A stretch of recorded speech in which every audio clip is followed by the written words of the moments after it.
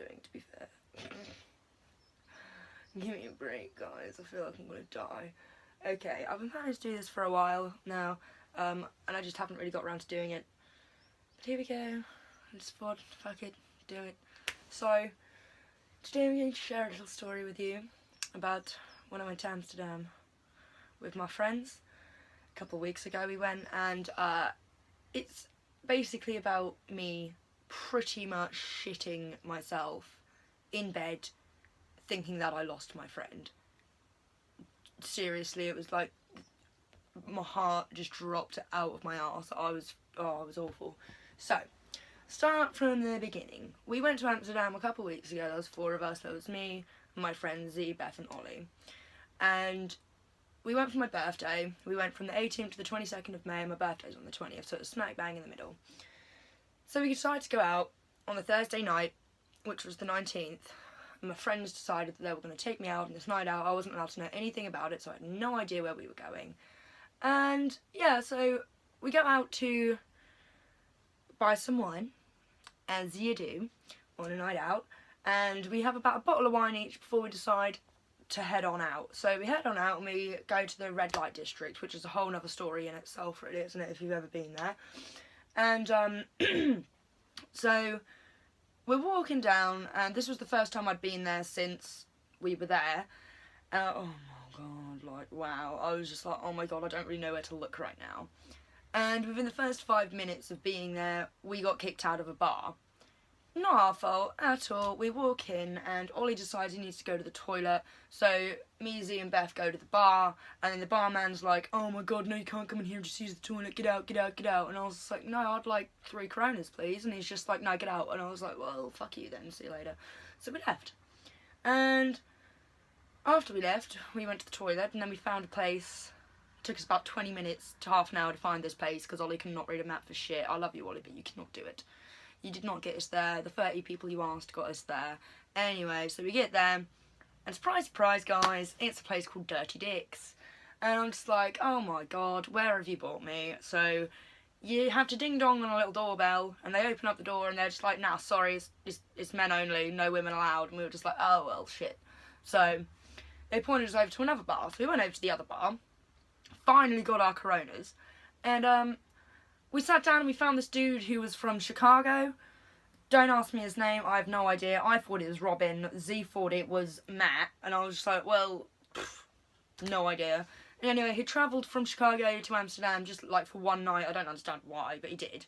And he was on his own, so I was like, well, do you want to join us? I don't know where we're going. I guess I'm going to some kind of club. So he was like, yeah, sure, I'll come with you guys.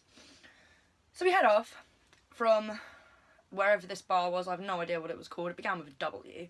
And we go on this ridiculously long journey because, again, Ollie, you cannot really map for shit. I'm sorry, you can't do it. And we ask, well, they ask, because I have no idea where we're going, about a good 20 to 30 people where this place is. And we're walking around, and if you've ever been to Amsterdam, you'll understand exactly what I'm saying by everywhere looks the same. It is literally buildings, canals, and bridges. Don't get me wrong, it's beautiful, I love it. If I had the opportunity to move there, I'd be there in a heartbeat. Especially in the dark, and I'm just like walking around aimlessly, and I was so close to giving up. I was just like, can we just go home now? Like, I really don't care. And we finally find it, and it's a gay bar. And I don't really know what to say about that, to be fair. It was quite nuts, let's just put it that way. It wasn't as nuts as what I thought it was going to be. It was a bit of a disappointment, but it was alright. Me and Ollie ended up pole dancing on a bar.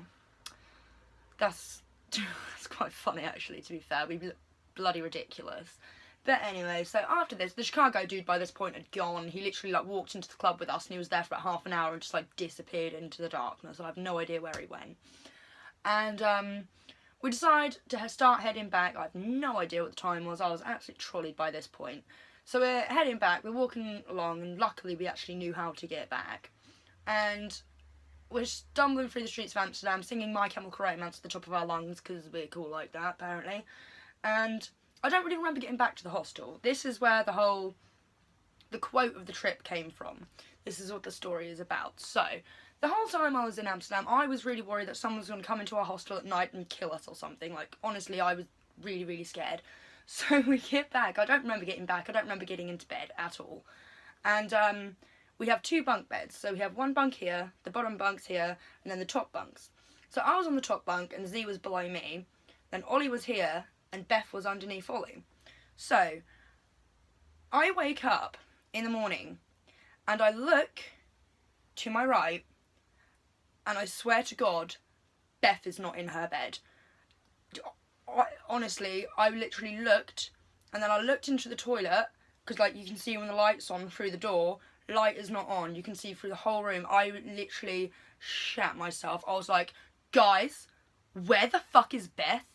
And she pulls her covers down and she's laying in her bed with her covers over her head because she's absolutely tiny, and she's like, I'm here, I'm here.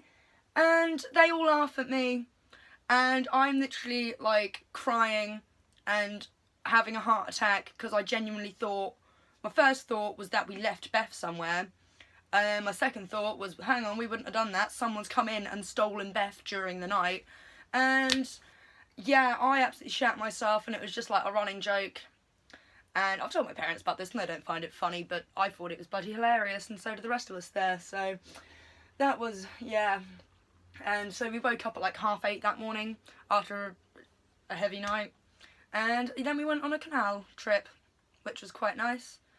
But yeah, that's the story of how I thought that my friend literally disappeared in Amsterdam. And I honestly, in my heart, I have never been so scared before in my life. I was like, shit, what are we gonna do? Beth's fucking gone. It was awful. I died, I cried, and they all laughed at me and thought it was most hilarious. But yeah, I thought I'd just share that with you. I guess this is the end. I don't really know how to do this because I've never done it before.